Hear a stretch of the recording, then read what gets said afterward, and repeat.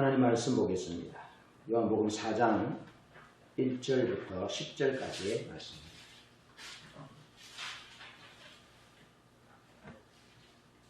요한복음 4장 1절로 10절.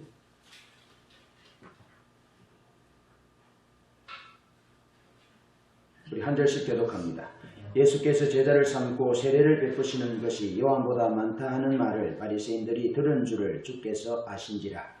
예수께서 친히 세례를 베푸시며 제자들에게 묻으시라. 유대를 떠나사 다시 갈릴리로 가실새 사마리아를 통과하여 다니자.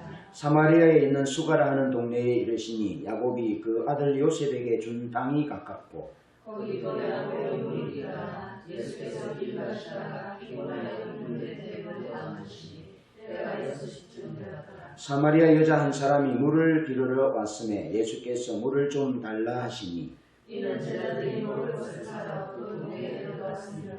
사마리아 여자가 이르되 당신은 유대인으로서 어찌하여 사마리아 여자인 나에게 물을 달라 하나이까 하니 이는 유대인이 사마리아인과 상종하지 아니함이니라.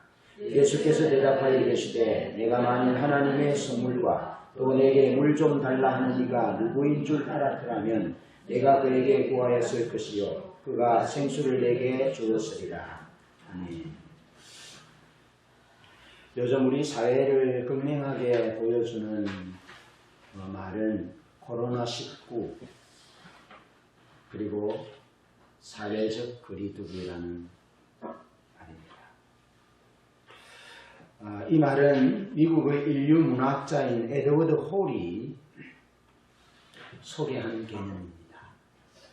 에드워드 홀에 의하면 인간의 공간은 인간관계에 따라서 네 가지로 구분합니다.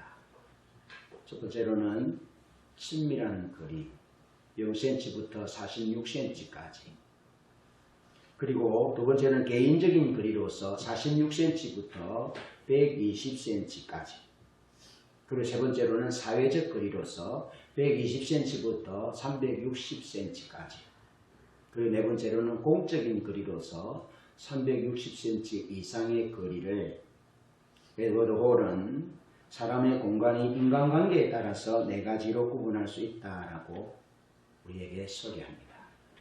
그러면서 친밀한 거리는 모든 것이 개방된 가족과 연인 사이의 거리, 친밀한 거리. 주님은 우리를 하나님과의 이 친밀한 거리로 초청하고 계시고 또 그리스도인의 삶이 모든 사람들에게 이 친밀한 거리로 다가가기를 성경은 우리에게 말씀하고 있습니다. 그런가 하면 개인적인 거리는 친구와 가까운 사람의 사이 거리로 격식과 비격식이 넘나드는 거리입니다. 그런데 또한 타인에게서 침범받고 싶지 않은 물리적인 공간도 의미합니다. 개인적인 거리. 그런가 하면 세 번째, 오늘 우리 사회에 이슈가 되고 있는 사회적 거리. 사회생활을 유지할 때의 거리로서 업무상 만나게 되는 사람들과의 거리입니다. 여기까지는 이해가 됩니다. 그런데 제3자가 끼어들어도 부담스럽지 않는 공간. 이것이 에드워드 홀이 소개하는 사회적 공간입니다. 제3자가 끼어들어도 부담스럽지 않는 거리. 오늘 우리가 회자되고 있는 우리 사회에 회자되고 있는 사회적 거리와는 사뭇 좀 다른 이해일 것 같습니다. 그리고 공적인 거리는 무대 공연이나 연설 등에서 정해진 관객과 떨어져 있는 거리를 말합니다. 여러분, 이 사회적 거리, 제3자가 끼어들어도 부담스럽지 않는 공간인 이 사회적 거리가 코로나19라는 바이러스와 함께 국가에서 이것을 채택한 그 이후로 제3자가 끼어들어도 되는 그런 사회적 거리, 아주 긍정적인 좋은 의미로 소개됐지만 코로나와 관련하여 사회적 거리두기가 오늘 우리 사회에 긍정적인 면도 있겠지만 심리적으로 사회적으로 부정적인 요인을 가져온 것도 있다라는 겁니다. 자, 그러면서 문제는 신학자들과 목회자들과 경제학자들과 많은 지식인들이 코로나19가 진정되고 나면 더욱 심각한 상황이 올 수 있을 것이다 라고 예견한다는 겁니다. 자, 그러면서 몸을 공격하는 생물적 바이러스 때문이 아니라 바로 옆에 누군가가 다가오는 것 자체를 경계하는 심리적 바이러스가 마음속에 뿌리를 단단히 내릴 가능성이 있는 것으로 보기에 심각한 사회가 앞으로 벌어질 것으로 우려하고 예상하는 것이죠. 심리적 바이러스가 인간의 마음속에 단단히 뿌리를 내릴 것. 자, 또한 사회적 거리두기가 타인에 대한 불신과 차별을 포함하게 된다면 한 뼘도 되지 않았던 심리적 거리감은 100배로 더 커질 수밖에 없을 것입니다.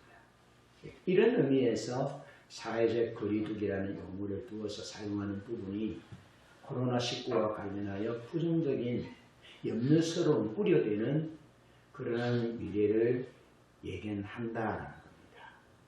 여러분, 한 나라가 무너지기 직전 이스라엘 사회가 혼돈과 여러 가지 질시와 냉대로 가득했던 그 이스라엘 사회, 심리적인 불안으로 인해서 거리감을 둘 수밖에 없는 그런 사회 가운데 북이스라엘이 놓였을 때, 남유다가 놓였을 때 하나님의 이사야를 통해서 보라, 처녀가 잉태하여 아들을 낳을 것인데 그 이름은 임마누엘이라 하리라. 그렇게 말씀하셨습니다. 조그마한 유대 땅덩어리를 내 분봉왕이 나누어서 차지해야 될 그런 암울한 사회 가운데 마태복음 1장 23절에 보면 하나님이 세상을 사랑하셔서 하나님의 아들 독생자 예수 그리스도를 보내셔서 그 이름을 임마누엘이라 하셨습니다. 하나님이 우리와 함께 하신다. 그렇게 하셨던 겁니다. 여러분, 이 생물적 바이러스로 인해서 고통당하는 우리 현실 가운데 심리적으로 불안할 수 있는 그런 현실이잖아요. 그런 가운데 하나님의 위로가 여기 있습니다. 아들을 낳으리니 그 이름을 임마누엘이라. 이는 하나님이 우리와 함께 하심이라 하는 뜻입니다. 절망하지 마시기 바랍니다.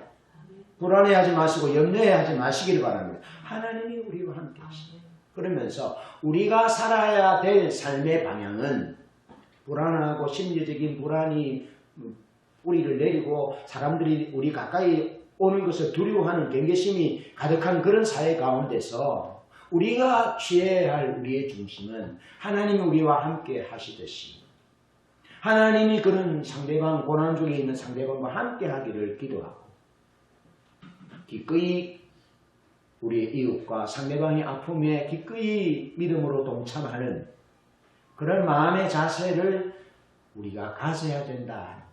그것이 지금 현재 코로나19 상황 가운데 있는 우리의 위치라 합니다. 우리가 있어야 될 자리라 하는 것이죠. 여러분, 이런 점에서, 이런 시점에서 어쩌면 사회적 거리를 두며 심리적인 두려움과 누군가가 다가오는 것을 두려워하는 이런 공포적인 이 현실 가운데 부흥을 얘기한다는 것이 어쩌면 현실 감각이 좀 떨어진 것 같은 이야기일 수 있습니다. 자, 그러나 부흥이다 합니다. 부흥이 무엇입니까? 부흥은 하나님이 오시는 것입니다. 하나님이 오셔서 임마누엘 하시는 것입니다. 우리와 함께 하시는 것입니다. 하나님이 오셔서 우리와 함께 하시고 하나님께서 오셔서 그 사람을 또 다른 예수 그리스도와 같은 사람으로 세우는 것입니다. 자, 그러면 예수님을 닮은 그 한 사람이 오늘 본문에서 예수님이 보여주신 것처럼 사회적인 거리, 심리적인 거리, 심적인 불안의 거리를 단축시키고 해소하는 그 일을 예수 닮은 그 한 사람, 부흥을 경험한 그 사람이 그 일을 할 것입니다. 그러면 또 부흥을 경험한 그 사람이 그 한 사람으로 인하여 영향받은 그 사람이 또 다른 한 사람을 예수의 사람으로 부흥을 경험케 하는 사람으로 세울 것입니다. 그렇게 한 사람 한 사람이 저변이 확대되는 것. 그래서 이 사회가 하나님의 통치 아래에 있는 것, 이 사회가 아름다운 사회가 되는 것, 그것이 부흥인 것이죠. 그래서 이런 시점에서 부흥을 얘기하는 것은 더 중요한 일이고 당연히 외쳐야 될 일이다라는 것. 오래된 몇 년 된 얘기가 어떤 사건들이 계속 이어져 올 수 있잖아요. 한 5년쯤 어떤 교회에 한 사건이 한 5년쯤 됐습니다. 문제가 발생한 것이 금전적인 문제로 인해서 문제가 발생이 됐습니다. 목회자가 교회에게 어떤 특정 교회를 좀 돕기 위해서 교회의 재정을 이렇게 지출했습니다. 그것이 문제가 되어서 수년 동안 교회에 여러 가지 아픔들이 있었습니다.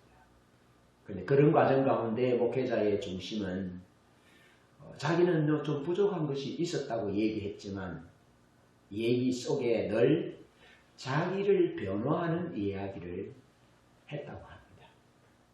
한 5년이 지난 시점에 이제 하나님이 그 성령으로 자기 중심을 비추시니까 그렇게 고백하는 얘기를 들었어요. 이전에는 내가 부족했고 잘못했다고 얘기하면서도 자꾸 변명하는 듯한 그런 얘기들이 나왔다는 거죠.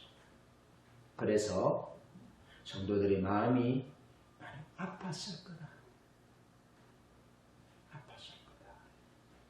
그리고 나는 내가 목회하면서 한 사람 작은 영혼, 한 사람 상처받은 한 영혼을 감싸 안는 그런 스킬이 부족했다. 그걸 인정한다. 그러면서 온전히 자기가 부족하다는 것을 깨닫고 자기 잘못이라고 얘기하면서 저에게도 하나님의 말씀 위에 은혜 가운데 하나님의 나라와 신앙의 본질 가운데 벗어났던 이야기를 한 것이 있었는데 또 있었다면 용서해달라고 그랬습니다. 그리고 교회를 떠나간 사람들에게 용서를 빌어야 되겠지. 그렇게 제게 이야기했습니다. 그런데 최근에 그 교회 성도님들이 많이 요동이 있었고 이동이 있었다라는 얘기를 들었습니다. 그러면서 하는 얘기가 비판하는 것은 아닙니다.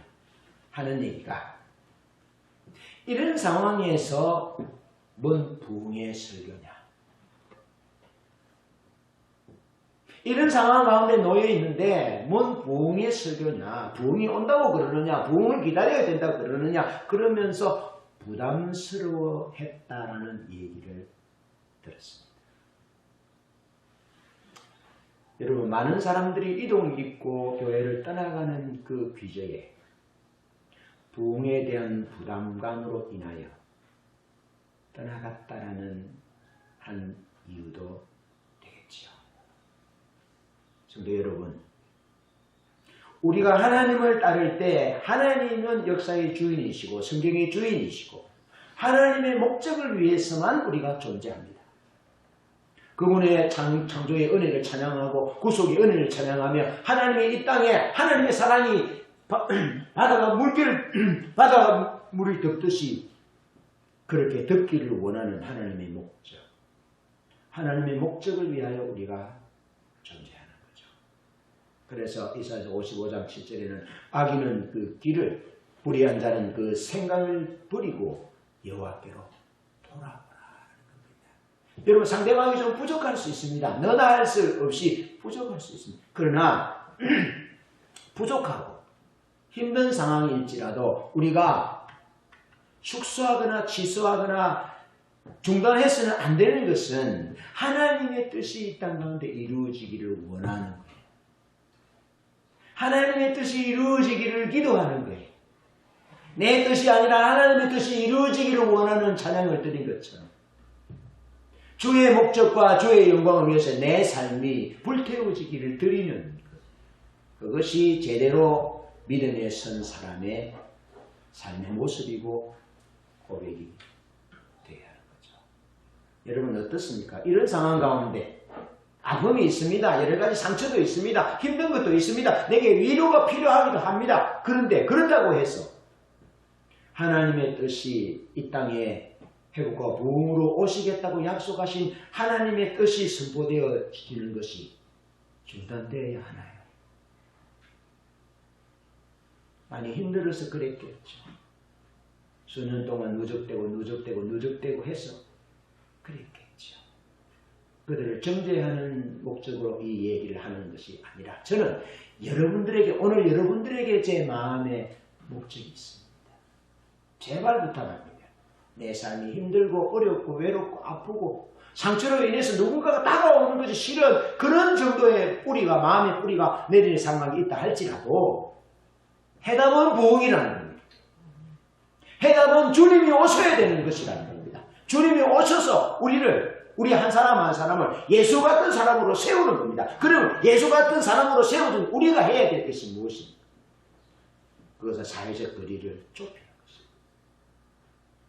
누군가가 다가오는 너 피해와 여러 가지 상처로 인하여 좀 작아진 이 마음들이 주님의 사랑으로 가득 채워주는 그런 섬김과 희생과 십자가를 지는 다가가는 마음, 예수님과 같은 마음을 가진 사람이 필요하고 그 사람이 사회를 바꾸는 것이죠. 이것이 하나님이 우리를 부르신 부름의 비전이에요. 꼭 기억하셔요. 꼭 기억하셔요. 내 삶이 내 코가 석자라도 내 문제가 힘들고 아프고 외롭고 정말 죽고 싶은 그런 상황 가운데 있을지라도 해답은 주님 오시는 것이죠. 해답은 부흥이다. 주님 오시면 회복되고 주님 오시면 부흥이 될 것인데 그때 되면 내가 작은 예수가 되어 예수님처럼 되어서 내가 또 다른 사람들을 예수의 제자로 만들고 살려내요. 그래서 하나님의 통치 가운데 백성들이 있게 만드는 하나님의 나라가 이 땅에 실현되는 그 일은 중단 없이 전진되어져야 된다. 이런 은혜가 있기를 축복합니다. 사회적 거리를 좁히는 불신의 장벽을 깨뜨리는 여전히 죽기까지 섬기셨고 죽도록 우리를 사랑하신 그 예수님을 닮아서 그 삶을 본받아 따르는 우리들이 되기를 바랍니다. 오늘 본문을 보면 먼저 예수님은 편견과 전통의 거리두기를 깨뜨리셨습니다. 여러분 이사야 시대, 예레미야 시대, 예수님 시대를 나라가 무너졌던 새 시대라고 이야기합니다. 이 나라가 무너졌던 새 시대의 공통적인 문제는 전통과 편견의 눈이 멀었다는 겁니다. 전통과 편견의 눈이 멀었다. 이사야 29장 13절, 예레미야 12장 2절, 마태복음 15장 8절에 보면 예배도 있고 절기를 지키는 것도 있고 의식도 있고 찬양과 경배, 기도도 있지만 그들은 사람의 교훈에 근거하여 드리는 예배, 사람의 교훈에 근거하여 드리는 기도, 사람들의 칭찬과 사람들에 의해서 받아들여지는 범위 내에서 종교 행위를 하는 자기 목적이 전면에 등장한 기복주의 신앙, 전통과 사람들의 가르침에 근거를 둔 잘못된 신앙. 그래서 그 결과로 기복주의 신앙의 결과로 영적인 소경으로 전락해버린 그것이 새 시대의 공통적인 특징이라는 겁니다. 영적 소경으로 전락해버린 자기중심적이고 자기 목적이 전면에 등장해서 하나님의 길을, 하나님의 목적을, 하나님의 뜻을, 하나님의 뜻인 회복과 부흥, 다시 살아나는, 다시 회복되는 하나님의 생명과 사랑을 다시 누리는 그 삶으로 회복되는 것에는 관심이 없는, 극히 이기적이고 자기중심적인 기복적인 신앙으로 전락하여 영적인 소경이 되어버리지. 여러분, 자기중심이 전면에 신앙의 삶의 전면에 등장하면 영적으로 아무것도 보이지 않는 특징이 있습니다. 영적 소경이 됐습니다. 그래서 이사야 시대에 이사야의 말을, 하나님을, 이사야의 입을 통해서 선포되어지는 하나님의 말씀을 듣지 않았습니다. 이스라엘 사는 듣지 않았습니다. 유대 나라는 듣지 않았습니다. 아모스를 통해서 선포되어지는 그 하나님의 말씀을 북이스라엘 사회는 듣지 않았습니다. 공허한 축복의 외침을 중단하고 하나님께로 돌아와라, 하나님을 찾아라, 하나님을 찾아라, 하나님을 찾아라 하는 선지자의 외침을 들을 수가 없었어요. 예수님 시대도 마찬가지입니다. 예수님이 어미닭기 새끼를, 암탉이 그 새끼를 품으려고 한 것처럼 예루살렘을 품으려 했던 것이 몇 번인지 예수님께서 탄식하면서 눈물을 흘리시면서 돌아오기를 원했지만 그들은 편견과 전통에 사로잡힌 나머지 종교 지도자들, 사내들인 공예, 대제사장과 바리새인들과 사두개인들은 편견과 전통에 사로잡힌 나머지 하나님이신 예수님의 말씀을 들을 수가 없었고 하나님의 목적을 볼 수도 없었고 하나님의 길을 볼 수도 없었던 영적인 소경이 되고 말았던 것입니다. 그 결과 그들의 신앙생활은 어떻을까요? 성전으로 맹세하면 안 지켜도 되지만 성전의 검으로 맹세하면 지켜야 돼. 성전으로 맹세하면 안 지켜도 되지만 제단으로 맹세하면 안 지켜도 되지만 제단의 예물을 걸고 맹세했으면 지켜야 돼. 주님이 성전이 크냐 금이 크냐 제단이 크냐 제물이 크냐 예물이 크냐 그러면서 그들이 잘못된 신앙을 사람의 교훈에 가르쳐서 토대하여 가르치는 편견과 전통적 신앙이 잘못된 신앙임을 주님께서 지적하셨습니다. 그러니 마가복음 7장 6절 7절에 보면 부모님을 공경하라 하신 말씀이 십계명 5계명이 있잖아요. 부모님을 공경하라. 그러면 네가 땅에서 잘되고 장수할 것이다. 약속이 있는 첫 계명이다. 그렇게 말씀하죠. 예수님도 그렇게 말씀하셨는데 바리새인들과 종교 지도자들은 가르치기를 하나님께 드림이 되면 고르반 하면 하나님께 드림이 되었다 하면 부모님을 안 섬겨도 된다라고 가르쳤습니다. 잘못된 전통이죠. 그래서 주님이 말씀합니다. 너희가 전통으로 하나님의 말씀을 어기는도다. 입술은 가깝지만 마음은 멀다. 헛되이 나를 경배한다. 마당만 밟는 예배를 드릴 뿐이다. 라고 말씀하시고 결국에는 예루살렘 성전이 강도의 소굴이라고 주님으로부터 질타를 받는 채찍질 당할 그런 지경까지 이르게 된 것이죠. 그래서 주님이 유대인의 안식일 전통, 안식일에 종교 지도자들이 양이나 짐승들이 웅덩이에 빠지면 건졌어요. 그런데 예수님이 안식일에 요한복음 5장에 38년 된 병자를 고쳐줍니다. 안식일에 예수님이 병을 고쳐주셨다고 해서 안식일을 범했다라는 그 이유로 예수님을 핍박하기 시작합니다. 예수님은 안식일을 범한 것이 아닙니다. 안식일에 사람을 살리는 것, 선을 행하는 것, 악을 행하는 것과 선을 행하는 것 어느 것이 좋으냐? 그러면서 예수님 말씀하시기를 인자는 안식일의 주입니다. 안식일이 사람을 위하여 있는 것이지 사람이 안식일을 위하여 있는 것이 아니다 라고 주님께서 안식일에 대한 정의를 분명하게 내려주셨습니다. 예수님은 안식일을 범한 것이 아니라 유대인이 가지고 있었던 안식일에 대한 전통, 안식일에 대한 편견을 깨뜨린 겁니다. 의도적으로 그렇게 하신 겁니다.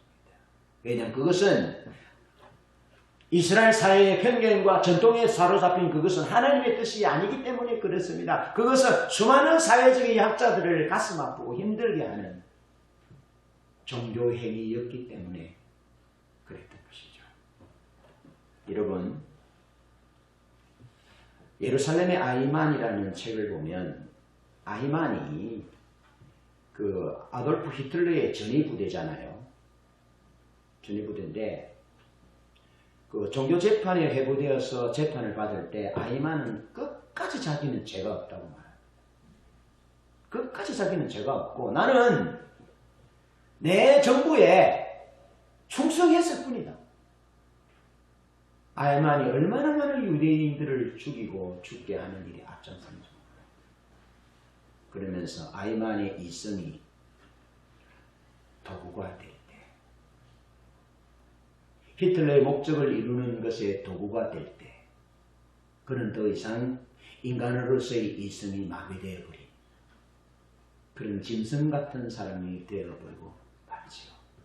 그래서 사람들을 어떻게 편하게, 어떻게 간단하게, 어떻게 돈 안 들이고, 어떻게 어떤 자원들을 소비하지 않고 죽일 것인지를 연구하면서 죽였다. 수많은 사람들을 죽였던 아돌프 아히만. 그러면서도 그는 나는 내가 할 일을 충성스럽게 했을 뿐이라고 죄가 없다고 주장하는 것입니다. 여러분, 이 전통과 편견의 사람이 사로잡히면 이성이 마비될 수 있습니다. 영적인 사고들이 마비될 수 있습니다. 영적으로 안 보이게 되는 것이죠. 그래서 그런 일들을 하는 겁니다. 부모를 공경해야 되고 말씀했지만 부모를 공경하지 않고 고르반이라고 하면 됐다라고 가르치는, 사람을 살리고 38년 된 병자를 고쳐주고 살리는 그 일을 주님께서 그 일을 하셨다면 주님께 찬사를 드리고 칭송을 드리고 잘하셨다고 잔치를 베풀고 그렇게 해야 되죠. 그렇지 못하면 전통과 편견의 무서움이 그런 것입니다. 편견과 전통이라는 굴레에 갇혀서 숨을 쉴 수 없는 땅에 예수님이 거리를 좁히고 오셨다. 누가복음 2장 12절에 보면 예수님이 태어나셨는데 말구유에 태어나시잖아요. 그래서 왜 예수님이 하필이면 말구유에 누우셨냐? 여관에 주무실 곳이 없어서, 방이 없어서 말구유에 누우셨다. 그렇게 성경은 말하지만 우리가 언젠가 성탄절에 말씀을 나누었던 것처럼 지오바니 빠빠니라는 사람은 그렇게 말합니다. 그 사회, 그때 이스라엘 사회에 가장 깨끗했던 곳은 말구유였다고. 여러분, 이스라엘 사회뿐이겠습니까? 성경은 우리에게 말씀합니다. 의인은 없나니 하나도 없다. 하나님이 하늘에서 선을 행하는 자 있는가 보신 적 각기 치우쳐 더러운 자 되고 선을 행하는 자 없으니 하나도 없도다라고 시편 기자는 우리에게 말해주고 있습니다. 비단 이스라엘 사회뿐만 아니고 온 세상이, 하나님을 떠난 세상이 주님이 누릴 수 없는 더러운 세상이 되고 말았다는 것입니다. 자, 주님은 이런 추악한 세상에 오셨어요. 이런 추악한 세상입니다. 하나님과의 친밀한 사랑의 교제 가운데로 우리를 초청하시기 위해서 사람과 사람과의 친밀한 사랑의 교제 가운데 살도록, 그래서 하나님의 사랑을 누리고 하나님의 생명을 누리는 참 인간다운 삶을 살게 하시기 위해서 주님이 이 땅에, 그 더러운 세상에 오셨어요. 피를 뿌리고 죽으셨던 것입니다. 그래서 여러분, 시인 플레바스는 그렇게 말하잖아요. 이 세상이 더러운 세상이고 타락된 세상, 질시와 사기와 나눔과 이런 여러 가지 불의하고 부조리한 세상이 가득한 세상, 이런 세상이지만 예수님이 이 땅에 오셔서 피를 흘리심으로 이 땅이 아름다운 곳이 되었다라는 말을 하죠. 예수님 때문에 아름다운 동산이 되었다는 거예요. 여러분, 예수님 때문에 가깝기는 우리 개인 한 사람 한 사람들이 아름다운 사람들이 됐다는 겁니다. 아름다운 가치를 담고 아름다움을 노래하고 거룩과 진실의 관계를 소원하는 참으로 예수 그리스도 그분으로 인하여 우리가 아름다운 사람이 된 것입니다. 사람이 왜 꽃보다 아름답다고 말하나요? 그것은 사람이 하나님의 형상대로 지음을 받았기 때문에도 그렇고 무엇보다도 예수님이 하나님이신 그분이 우리를 위하여 피를 흘리시고 생명을 주셔서 우리를 살려주시기 때문에 사람이 꽃보다 아름다운 거예요. 사람이나 예수를 믿는 사람의 외모는 똑같습니다. 아름답습니다. 그러나 더 아름다운 존재는 예수 그리스도의 핏부림을 받아 하나님으로부터 다시 태어났어. 하나님의 사랑을 마음에 담고 주님의 눈을 가지고 그렇게 살아가는 그 그리스도인, 그 사람이 꽃보다 아름다운 사람이죠. 주님은 우리로 하여금 그런 삶을 살게 하시고자 이 땅에 오셔서 추악하고 더러운 세상에 오셔서 사회적인 거리를 좁혀주시고 누구든지 주님께로 오기만 하면 누구든지 주의 이름을 부르기만 하면 너와 내 집이 구원을 얻을 것이라 말씀하지. 너와 내 집이 구원을 얻는다는 그 의미는 단순히 이 땅에서 하나님의 나라로 옮겨지는 그런 의미일 뿐 아니라 하나님의 통치 가운데 아름다운 눈으로 세상을 사랑과 긍휼과 자비와 용서로 그런 눈으로 그런 가슴으로 상대방을 품어안는 그런 사람이 되기에 아름다운 것입니다. 그 일을 위해서 주님께서 우리에게 오셨어요. 그러면서 에베소서 2장 13절로 14절에는 그렇게 말씀하잖아요. 이제는 전에는 멀리 있던 너희가 그리스도 예수 안에서 그리스도의 피로 가까워졌고 그는 우리의 화평이신지라 둘로 하나를 만드사 중간에 막힌 담을 넣으시고 의문의 선 정서를 도말하사 우리로 하여금 다 하나님 앞에 나아갈 수 있게 하시고 우리로 하여금 성령 안에서 하나님이 거하실 처소가 되기 위하여 지어져 가느니라라고 말씀하고 우리가 전에는 멀리 있었습니다. 유대인과 이방인, 남자와 여자, 부자와 가난한 자 다 멀리 있었습니다. 사회적 거리를 멀리 두고 살았습니다. 그런데 그런 멀리 있던 우리를 그리스도 예수께서 그리스도의 피로 우리를 살리셨고 중간에 막힌 담을 주님 피로 찢어서 육체를 찢어서 비 흘리심으로 중간에 막힌 담을 허시고 하나 되게 하신 그 일을 위해서 주님께서 오셨다는 거죠. 여러분, 우리가 이 국가에서 사회적 거리두기에 대한 부분들에 대해서 적극적으로 동참해야 합니다. 코로나 바이러스가 전파되지 않기 위해서 우리가 청결하게 조심하고 국가의 사회에 전체적으로 적극적으로 협조하고 협력해야 합니다. 그러나 꼭 기억하십시오. 그것이 절대적인 해답은 아니라는 사실을 기억하라. 절대적인 해답은 주님이 전에 멀리 있던 우리를 그리스도 예수 안에서 그리스도의 피로 우리를 가깝게 하셨고 구원하셨고 살리셨고 중간에 막힌 담을 허시고 하나 되게 하신 그래서 우리가 성령 안에서 새로 하나님 앞에 지어져간 하나님이 거하실 처소로 지어져가게 만드신 그 하나님 예수 그리스도의 마음을 닮아서 중간에 막힌 담을 허무는 이 전통과 편견으로 나누어진 이 사회 우리 사회를 보면 정치적으로 동과 서가 나눠져 있잖아요. 남과 북이 나눠져 있잖아요. 부자와 가난한 자가 나눠져 있잖아요. 남자와 여자가 나눠져 있잖아요. 우리 사회가.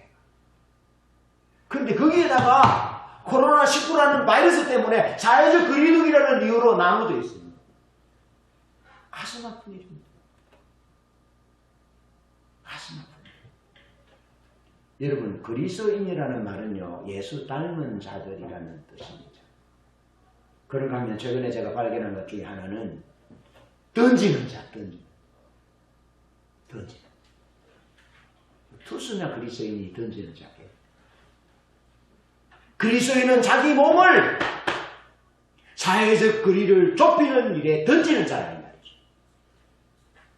이방인과 유대인, 남자와 여자, 빈자와 부자 그 사이의 그 벽을, 편견과 전통이라는 그 벽을 무너뜨리기 위해서 자기 몸을 던지는 자.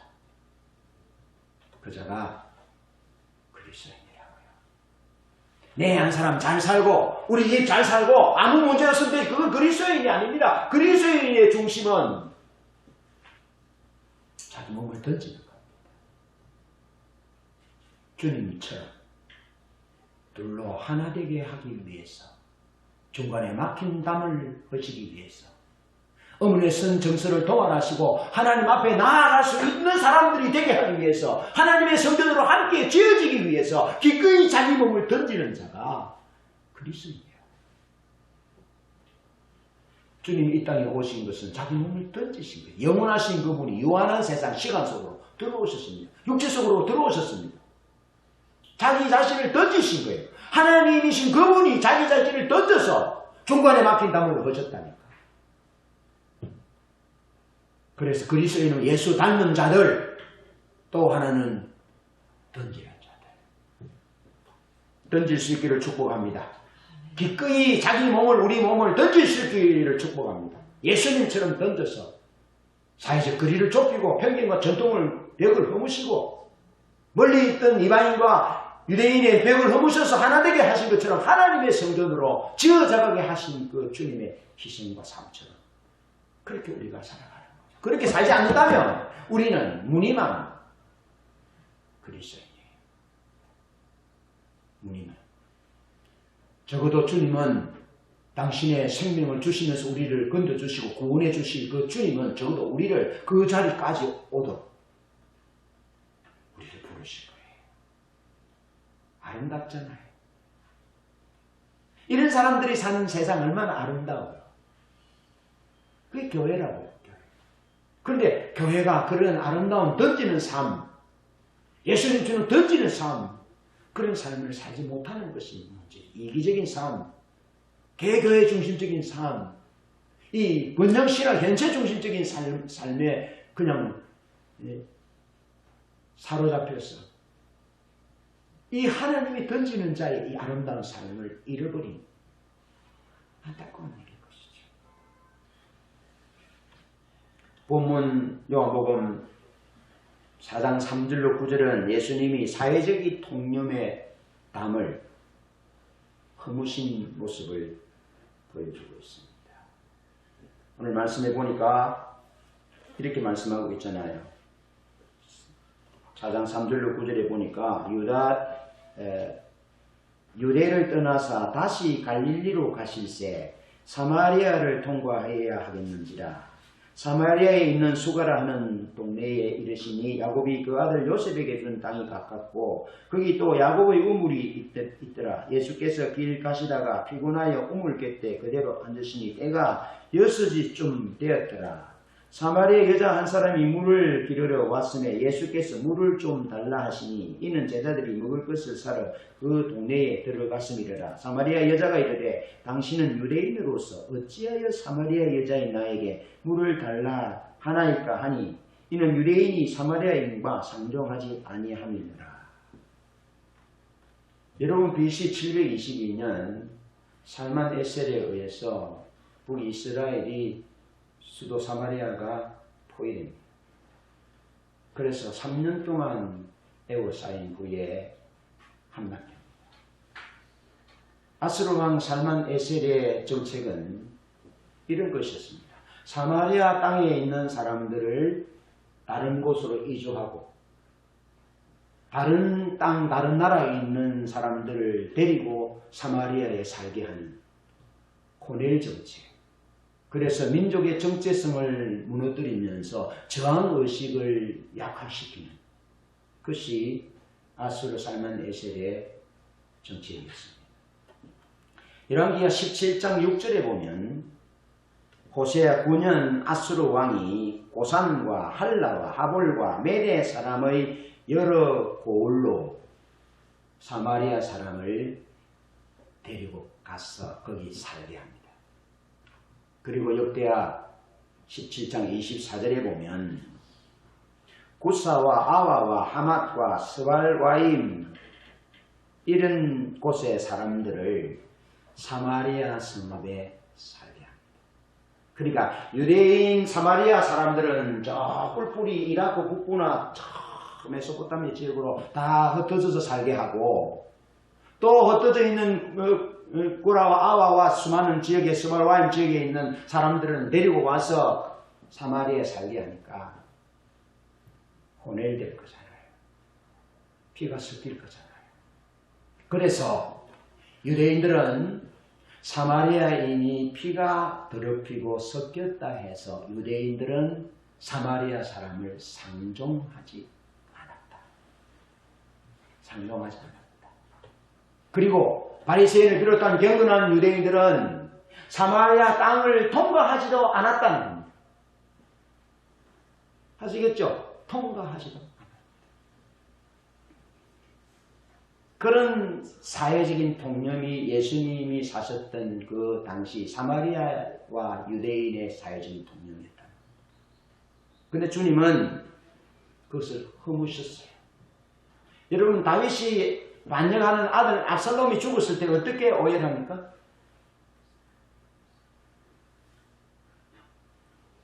압살롬아, 압살롬아, 내 아들 압살롬아, 내가 너를 대신하여 죽었더라면 오히려 나았을 것을. 내 아들 압살롬아, 내 아들아, 내 아들아. 그러면서 오열하잖아요. 그것처럼 하나님은 호세아 선지자를 통해서 에브라임아, 에브라임아, 에브라임아 라고 부르시며 찾으셨습니다. 에브라임은 북이스라엘의 별명이죠. 북이스라엘 별명. 북이스라엘이 남유다와 나눠질 때 첫 번째 왕이 에브라임 지파의 왕이었어. 여로보암이 에브라임 지파의 왕이어서 북이스라엘 말할 때 에브라임아, 남유다는 시온이라. 에브라임아, 에브라임아, 그렇게 하나님의 종 호세아를 통해서 부르셨던 그 하나님께서 유대인들이 찾지 않는, 사회적 통념에 사로잡혀서 유대인들이 더 이상 찾지 않는 땅 사마리아를 유대 남자인 예수 그리스도 그분이 상종하지 않는 사마리아 사람을 만나러 오셨다. 이게 은혜라는 거죠. 만나러 오셨다. 여러분, 우리는 사마리아 사람보다 좀 나은 게 있을까요? 우리는 사마리아 사람보다 더 피가 더 섞였습니다. 더 더러운 피. 예수 그리스도 그분의 보혈이 아니면 소망이 없는 자들입니다. 하나님으로부터 다시 태어나지 않으면 소망이 없는 자들입니다. 주님이 중간에 막힌 담을 허시지 아니하시면 어문에 쓴 정서를 도말하시고 우리를 하나님의 백성 삼으시고 하나님의 성전으로 지어져 가도록 하나님이 그렇게 하시지 아니하셨다면 사마리아인 발벗었는데도 찾아가 따라갈 수 없는 전적 타락된 우리들을 주님이 찾아오셨다는 사실. 여러분, 환난당한 곳입니다. 버림받은 땅입니다. 하나님의 백성이지만 수백 년 동안 갈등을 안고 있었고 하나님을 예배하는 특권도 150년 동안 박탈당한 곳. 하나님의 백성인데 150년 동안 예배드릴 수 있는 것이 박탈된 곳이 사마리아 땅입니다. BC 129년 요한 힐카누스에 의해서 그리심 성전이 파괴됩니다. 129년 그리고 예수님께서 오셔서 30살 지나서 사역하셨잖아요. 150년 동안.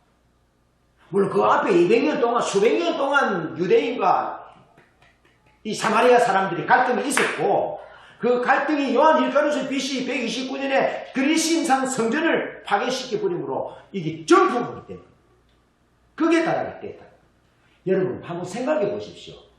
우리 보고 예배 드리는 상황들을 다 뺏어가면 어떻게 되겠습니까? 지금 여러분 우리 코로나19 사태에서 우리가 심각성을 느끼는 것이 그것입니다. 예배 드리는 것이 자유롭지 않아요. 뭐 어디 예배 드리다가 코로나 걸리면 큰 재난 짓는 것처럼 그런 사회가 이 분위기가 돼가요. 걱정하지 마시죠. 지금 오늘부터. 여러분 감기 걸렸다고 지금 사회적으로 그 사람이 감기가 걸리는데 동서님은 어떠니 그렇게 합니까? 그렇게 생각하자고요. 예배 드리다가 코로나가 만약에 걸린다. 괜찮습니다. 사회적 거리두기라는 얘기로 인해서 제3자가 끼어들어도 괜찮은 것이 사회적 거리두기인데 그렇게 지금 되어서 가고 있는 겁니다. 이런 틀들에 우리가 갇히지 말고 깨뜨리자는 겁니다. 제가 국가와 사회에 반란을 일으키자는 것이 아니고 우리가 예수님이 하신 것처럼 그렇게 하자는 거죠. 수백 년 동안 유대인과 사마리아인이 갈등이 있었고 그래서 산발락과 도비아가 느헤미야에 의해서 성벽을 세우고 할 때 동참하고 할 때 그거 하잖아요. 그래 수백 년 동안 넘어왔던 부분이 150년 전에는 폭발하게 됐는데 요한 힐가누스가 그리스인상 성전을 파괴시켜 버림으로 해서 예배 드릴 수 있는 공간이 없어졌잖아요. 그러니까 정치적으로 전쟁으로 여러 가지 고통으로 수많은 고통으로 정신적으로 그리고 저놈들은 비가 섞인 놈들이라고 상종하지 않는 다가온 눈초리를 바라보는 그러면서 여러분 유대 땅의 사마리아 이스라엘 나라의 사마리아가 있는데 이스라엘 사람들이 돈을 가지고 와서 풀어야 경제가 돌아가잖아요. 응? 그러니까 경제적으로 어떻게 했습니까? 사마리아 땅이 그 안에서만 살아야 되는 경제 공동체 얼마나 빈핍하겠습니까? 폐절하겠습니까? 그러니까 정서적으로 사회적인 어려움 또 예배를 150년 동안 예배 드릴 수 없는 장소가 무너져서 예배 드릴 수 없는 그래서 그 여인이 그렇게 예수님이 말하잖아요. 우리 조상들은 여기서 그리스인산에서 예배했는데 성전이 무너져 버렸는데 어떻게 예배하겠어요? 그리스인산 성전에서 예배했는데 이제 무너졌다는 거죠. 무너진 지가 150년이 됐다는 거죠. 이 여인의 아픔이 느껴지십니까? 진정한 그리스도인이라면 이 아픔이 느껴질 것입니다. 예배 드려야 될 사람이 예배 드리지 못할 때.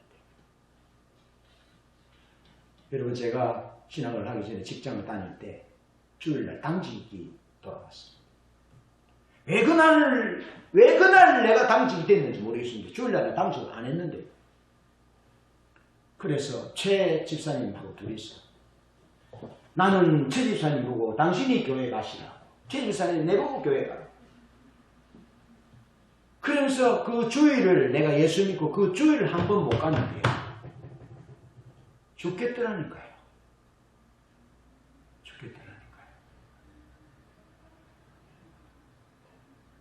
약 40년이 지난 이 시점에도 그때 감정이 지금도 살아있습니다. 하나님의 사람이 하나님께 예배드리지 못한다는 것은 죽을 것 같습니다. 그런 상황이 사마리아 땅에 임했던 종교적인 고난의 상황이었다는 겁니다. 외부인의 발걸음이 뚝 끊어졌어요. 상점과 식당들마다 파리를 날리고 지금 오늘 이 시대의 코로나19로 인하여 당하는 어려움과 비슷하다 할 수 있습니다.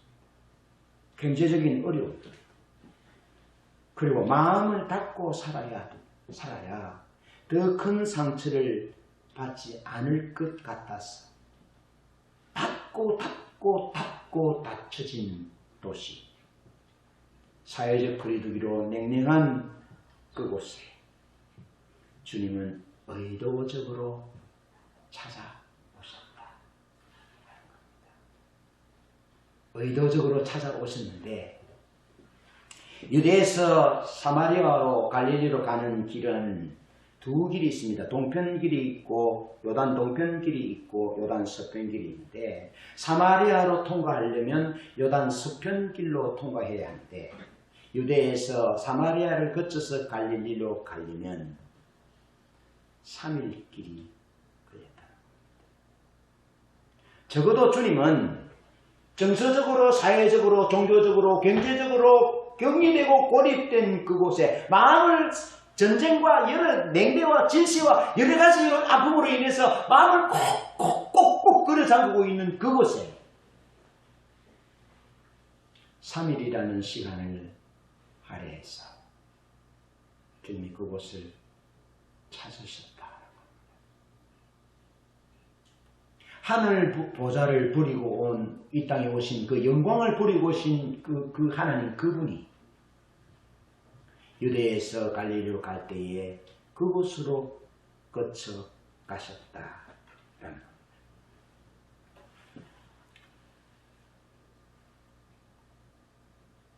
의도적으로 찾아오신 그 주님처럼 우리가 편견과 전통에 사로잡힌 그 거리를 의도적으로 좁히려는 의식을 가져야 한다.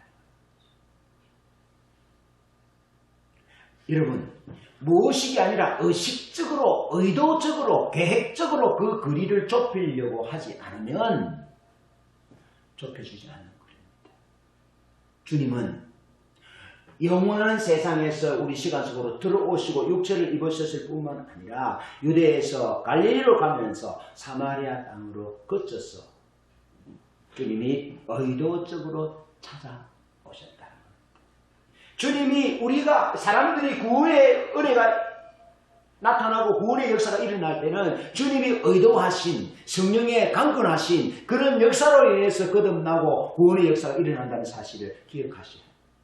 힘으로 되지 않습니다. 능으로 되지 않습니다. 계획으로 되지 않습니다. 성령님의 역사로, 성령님의 비추심으로, 하나님의 은혜의 역사로 말미암아 그것이 거듭남의 역사가 가능하다는 사실을 기억하세요.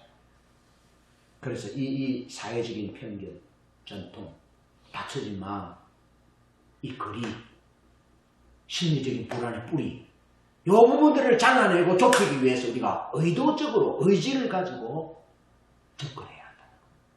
살아야 한다. 그것이 우리가 따라야 할 예수 그리스도의 삶입니다. 두 번째로 예수님은 불신과 차별이라는 바이러스가 노출되고 감염된 마음을 치유하셨습니다. 자, 하나님의 이름이 Counsel, Help, Comforter 여러 가지 두나미스 이런 이름들로 나옵니다. 하나님의 이름. 그런데 요한복음 14장 16절로 18절에 하나님의 이름을 킹 제임스 버전에서는 컴포러라고 번역합니다. 그것은 위안을 주는 분, 위로가 되는 분. 그러니까 하나님의 이름이 위로라는 겁니다.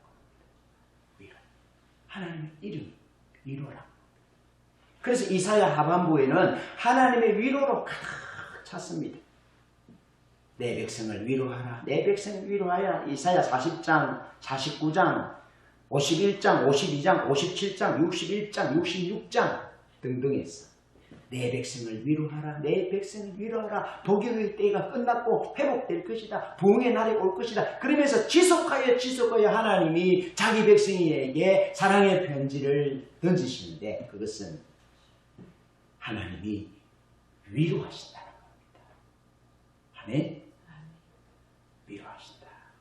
특히 이사야 49장 15절은 여인이 어찌 그 젖 먹는 자식을 잊겠으며 자기 태에서 난 아들을 긍휼히 여기지 않겠느냐.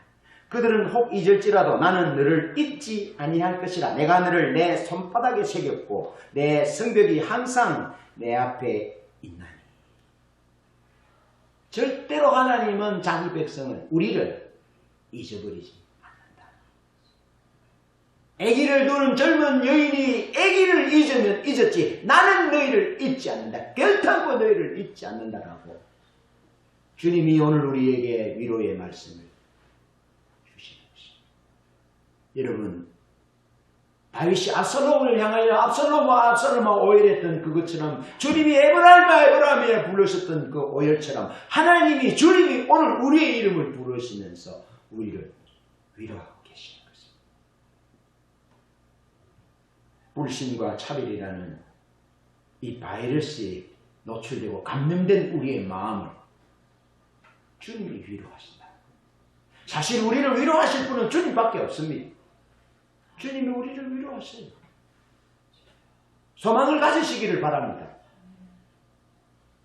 우리는 실패 가운데도 여러분 사마리아 상에 한번 보십시오. 수백 년 동안 갈등이 있고 수백 년 동안 질서가 있고 멸시가 있고 손가락질 있고 분리가 있고 찾아들지도 않고 인간 이하에 취급받는 그곳에 주님이 의도를 가지고 오셔서 하시는 일이 위로하셨다. 여러분 위로자 되기 바랍니다. 기준만 너무 갖다 대지 말고 위로하는 자들이 되기를 바랍니다. 주님이 보십시오. 엘리야를 주님이 일단 먹여놓고 일단 위로하시고 배만한 베드로를 어떻게 합니까? 일단 먹여놓고 일단 위로하시고 그 다음에 야 어쩌다 그랬냐? 주님 묻지도 따지지도 않으시면서 해보십시오. 오늘 본문의 말씀도 그렇습니다. 여인이 남편이 5이 있는 여인인데도 네가 왜 그래 이 행실이 좀 무난하냐 그렇게 말씀하시지 않고 그 여인이 마음이 다치지 않도록 조심 인격적으로 오히려 여자가 퉁퉁 핀찬을 줍니다. 당신이 무슨 유대인인데 남자가 내게 물을 좀 달라 하느냐고. 우리 유대인과 사마리아는 상종하지 않잖아요. 그런데 벌써 퉁명스럽게 대하는 거예요. 재수 없다 말이에요. 지금 12시 사람들 피해가지고 물만 삭기를 가려고 하는데 왜 남자가 저기 있는데 그것도 유대 남자란 말이에요. 권리 복이라는 책에 보면 예수님이 못났다 하잖아요. 예수님이 멋있게 생겼다는 그 반해가지고 어떻게 될지 모르는데 예수님은 흠모할 만한 것이 하나도 없다라고 이사야 53장에 말씀하고 있잖아요. 그러면서 실제로 예수님은 흠모할 만한 것이 없는 그런 분인데 재수 없게 퉁명스럽게 그렇지만 그래도 예수님은 그 여인은 상처받은 여인이기 때문에 상처받은 땅 사마리아이고 사마리아 사람이기 때문에 예수님이 그 여인이 다치지 않도록 아주 인격적으로 거룩과 진실로 대하는 모습이 오늘 보면 요한복음 4장 전체의 내용인 것이죠. 하나님 우리를 위로하시는 거예요.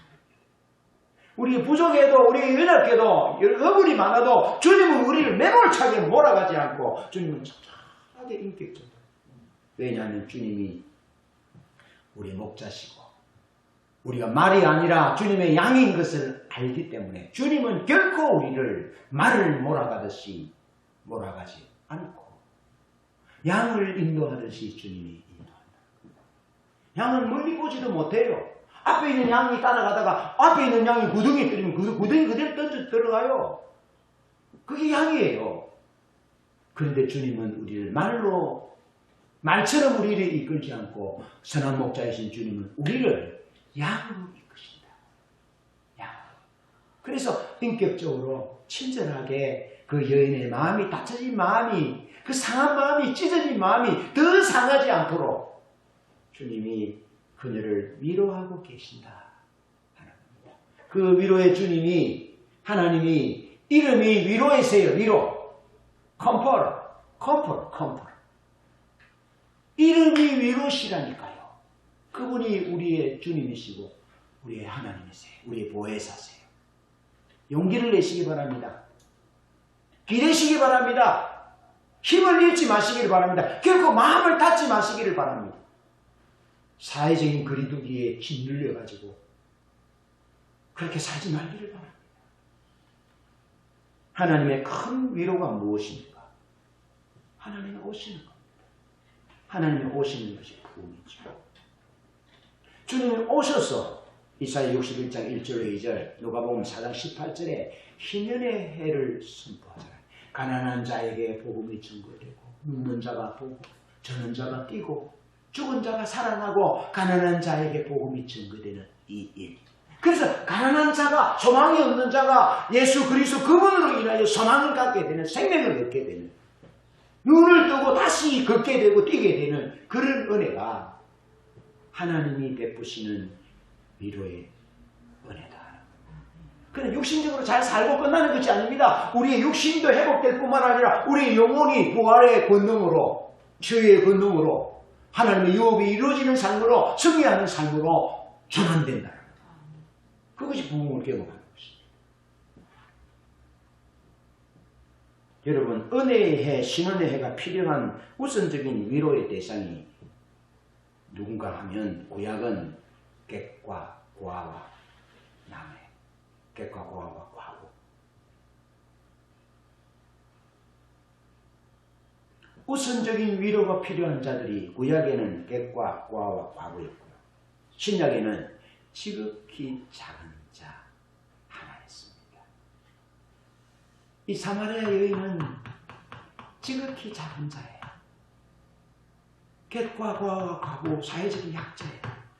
이런 약자를 찾아서 주님이 사흘이라는 시간을 투자해서 그 여인을 찾아오셨고 그 여인을 만나서 위로하고 계시는 것입니다. 그 여인에게 가장 큰 위로가 무엇입니까? 성령과 진리로 예배할 수 있다. 무너진 그리신산 성전 때문에 너희들이 수백 년 동안 가슴앓이하고 정화하는 그거 내가 해결해 줄게.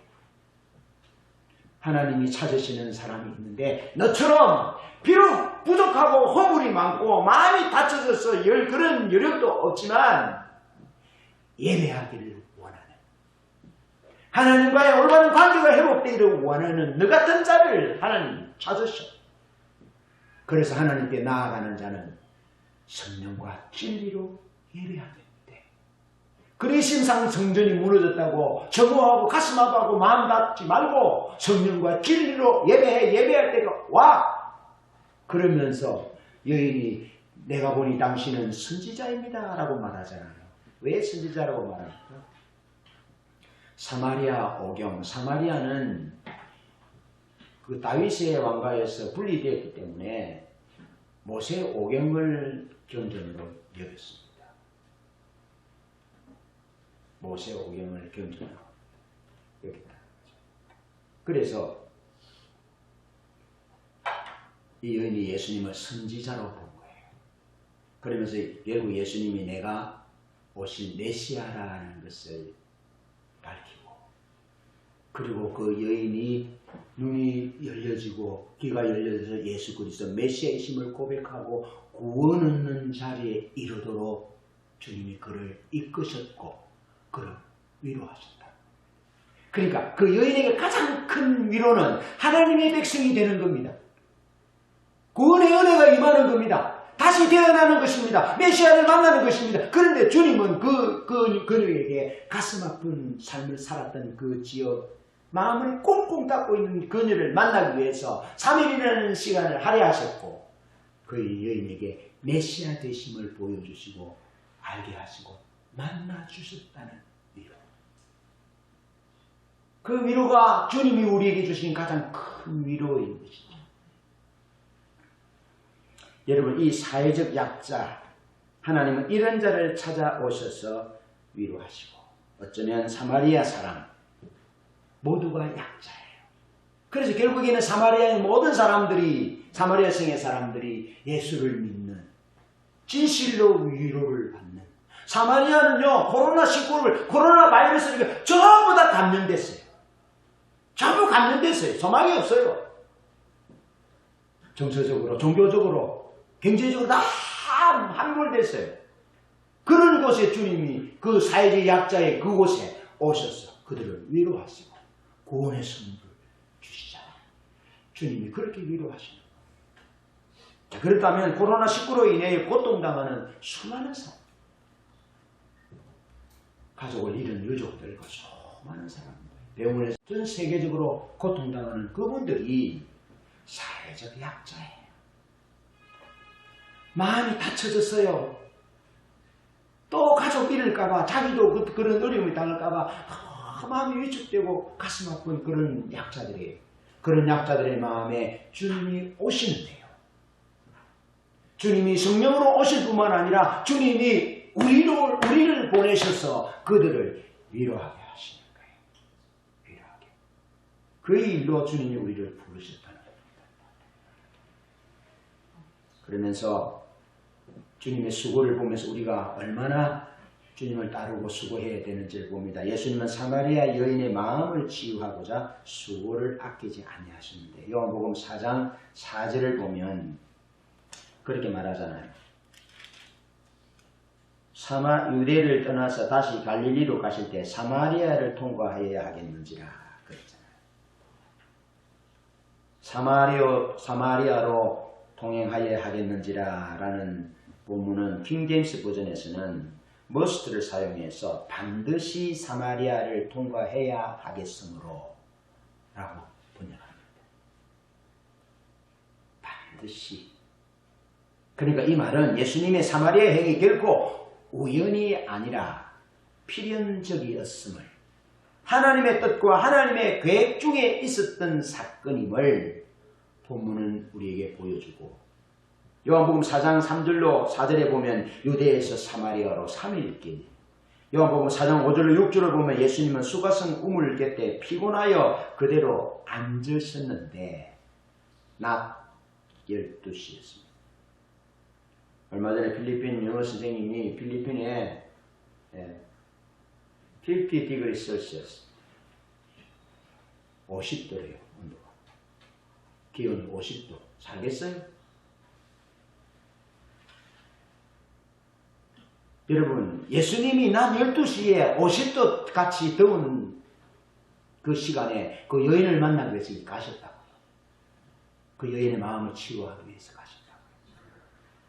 그러면서 피곤하여라고 번역된 분사 게코피아코스는 동사 코피아오의 완료 시제 분사입니다. 이는 단순히 피곤하다는 의미를 넘어서 기진맥진하다, 몹시 피곤하다, 몹시 지치다라는 의미를 갖습니다. 이 완료 시제는 예수님의 피곤함이 오랜 시간 동안 지속되었음을 나타냅니다. 뭐 하시려고 지속적으로 오랫동안 주님이 피곤하셨겠습니까? 피곤한데 무엇 때문에 주님이 견디셨나요? 그 여인 위로하려고, 그 여인 만나주려고. 그 피곤을 무릅쓰고 피곤해서 완전히 기진맥진하고 지쳐서 죽을 완전 번아웃 될 그런 상황인데도 주님은 그 여인을 구원하기 위해서, 그 여인을 위로하기 위해서, 그 여인을 따뜻하게 안아주고 살려주기 위해서 오셨다.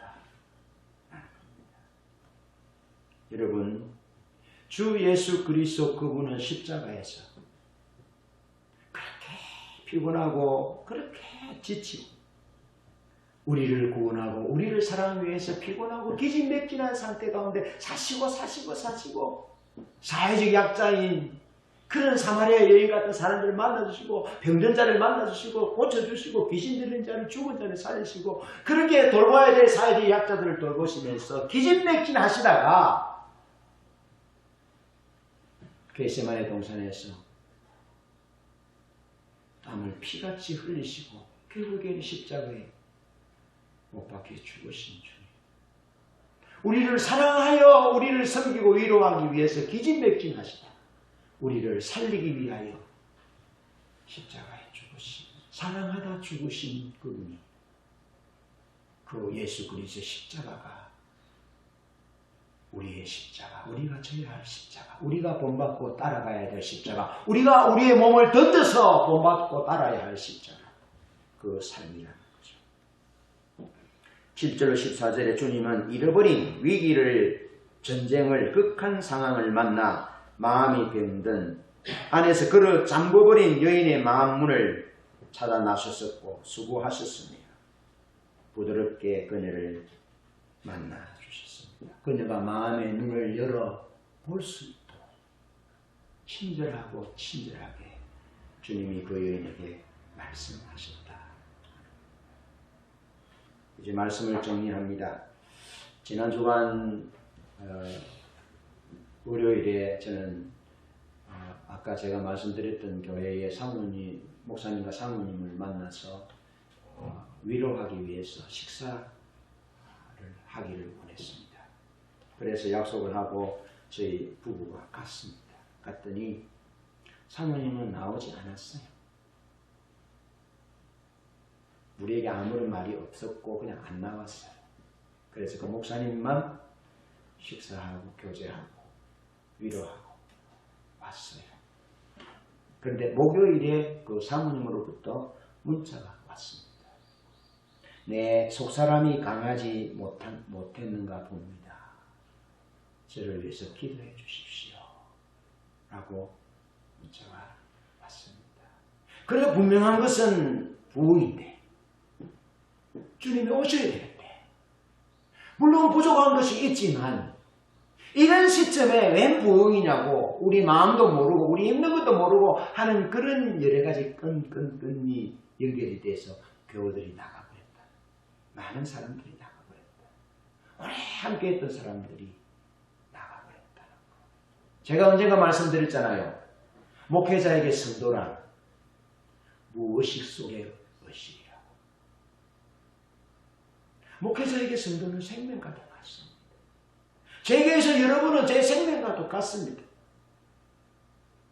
정말 그렇습니다. 그런데 이런 사모님 같은 이런 분들을 만나고 그런 일들을 만나면 우리가 우리 중심으로 생각할 수 있다는 겁니다. 우리가 마산에서부터 밥 사주러 갔는데 곱빼기도 안 보이고 전화도 없고 그럴 수 있잖아요. 그런데 꼭 기억하십시오. 주님은 그렇게 하시지 않으셨다는 사실. 여러분 사람이 위기를 만나거나 극한 상황을 만나면 생존 본능에 의해서 자기중심적이 됩니다. 방어적이 됩니다. 여러분 그래서 자라보고 놀란 것은 소뚜껑 보고 놀란다. 그런 말이 나온 거예요. 주님은 사마리아 여인을 다그치지 않고 친절하게 얘기해요. 그 사람 입장에서 그를 들어줘. 이해하고 그의 아픔을 들어줬어. 이런 자세가 필요한 거죠. 우리를 성숙됨의 자리로 이끄시는 거죠. 예수님처럼 예수님 닮은 대로 예수님과 같이 그 상대방의 행복을 위해서 자기 자신을 던지는 자로 그렇게 우리를 부르시는 거죠. 사실 목회자들의 모임에 나갔을 때요. 코로나로 인해서 간간히 마음이 움츠러들 때가 있어요. 저는 좀 활동적이잖아요. 그러면 뭐 악수하거든요. 그러면은 그냥 완전히 그냥 무시해버려요. 완전히 그냥 개무시해요. 그런데 그것이 당면시되는 오늘이라니까요. 뭐 이럴 때 악수는 뭐 악수. 뭐 발이라도 하고 뭐 이거라도 하면 괜찮은데 완전히 개무시되는 경우들이 있어요. 이게 지금 현재 우리의 현실이에요. 오히려 악수를 정하는 자가 이상하게 된 현실. 경험해 보셨을 겁니다. 그냥 사람이 개를 봐도 예쁜 개를 보면 좋다는데 요즘은 사람이 강아지보다도 못하. 그냥 그렇습니다. 그런 세상에 살고 있습니다. 사회적 거리두기는 코로나19 때문에. 어떤 목회자는 코로나19로 인해서 교회에 출석하지 않는 것을 정당화하는 성도들은 이해는 되지만 한편으로 어떻게 해야 될지 멘붕이 온다는 겁니다. 그리스도인이 뭔데? 교회 못 가는 것을 당연시 여긴다는 겁니다. 그러니까 교회 안 가니까 어떻게 돼요? 흥거리수를 들어요. 어떤 교회는 가까이 지내는 목사님 교회는 교회들이 교회로 못 나서 헌금은 꼭꼭 인터넷으로 보낸대. 그러면 좀 괜찮은 훈련된 성도들이죠. 그렇대. 코로나 감염도 아픈데 감염이 되면 큰 죄인으로 매도하는 사회. 모든 동선이 다 모든 사람에게 다 알려지는 세상. 그 결과 집회 제한 명령. 교회에 모이지 마라. 집회 제한 명령 신천 지시를 몇명 내리고 허가를 취소해버리잖아요. 우리 교회도 코로나 걸리면 그리 될 줄 몰라요. 그리 됩니다. 집회 제한 명령, 시설 폐쇄 명령, 자가격리 명령. 우리 저기 자가격리 하시면 계시잖아요. 코로나가 언제 종식될지 모르는 불안한 현실, 끝이 나도 그 결말과 미래를 예측할 수 없는 현실. 이런 현실이 아파요. 그런데 이런 현실이 더 아프게 하는 것은 편견과 전통, 아픔과 상처라는 이 자기중심적 굴레 때문에 다 사람들이 남이 돼. 이런 세상에 우리가 위로자로 다가가는 겁니다. 주님이 그렇게 하신 것처럼 다가가는 겁니다. 우리의 섬김과 사랑의 수고를 아끼지 않아야 합니다. 그 이유는 주님이 마가복음 10장 45절에 인자가 온 것은 섬김을 받으려 함이 아니라 섬기려 하고 자기 목숨을 많은 사람의 대속물로 주려 함이라고 말씀합니다. 섬김이 목적이셨던 주님, 자기 목숨을 던져서 우리를 구원하시는 것이 목적이셨던 주님은 코로나 바이러스 같은 바리새인과 사두개인과 서기관과 종교 지도자들, 기득권자들이 예수를 죽이려 했지만 호시탐탐 노렸지만 절대로 예수님은 섬김의 목적과 우리를 위하여 자기 목숨을 대속물로 주기 위한 목적이 단 한 번도, 단 한순간도 위축되거나 잊지 않았다는 사실. 그래서 십자가에 죽기까지 우리를 사랑하시는 일에, 우리를 섬기는 일에 신실하셨던 그분이 주님이시다. 주님은 오늘 코로나19 같은 현실 가운데 우리를 그 길로 따라오라, 그 길에 우리의 몸을 던지라고 우리를 초청하고 있는 것이죠. 미국 예일대학교 명예교수인 진 아우카가 그에 져서 아가페를 동등배려라고 정의합니다. 동등배려. 동등과 종종 바꾸어 쓰는 용어를 아우카는 사랑은 자격 심사를 하지 않는 것이다 라고 말합니다. 자격이 되면 사랑하고 자격이 되지 않으면 사랑하지 않는 것이 아닌, 자격이 많으면 많이 사랑하고 자격이 덜 되면 덜 사랑하는 것이 아니라 자격의 유무, 자격의 정도 등에 대한 고려를 뛰어넘어서 사랑의 대상을 있는 그대로 품고 사랑하는 것입니다. 이것이 우리의 사랑이어야 합니다. 이것이 우리가 예수를 따르는 자들의 자세여야 합니다. 우리가 자격 심사를 하지 말아야 할 이유는 하나님이 우리를 그렇게 사랑하셨기 때문입니다.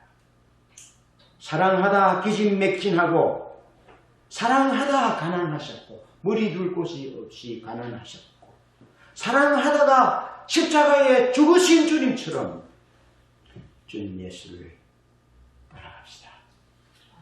은혜가 있기를 축복합니다.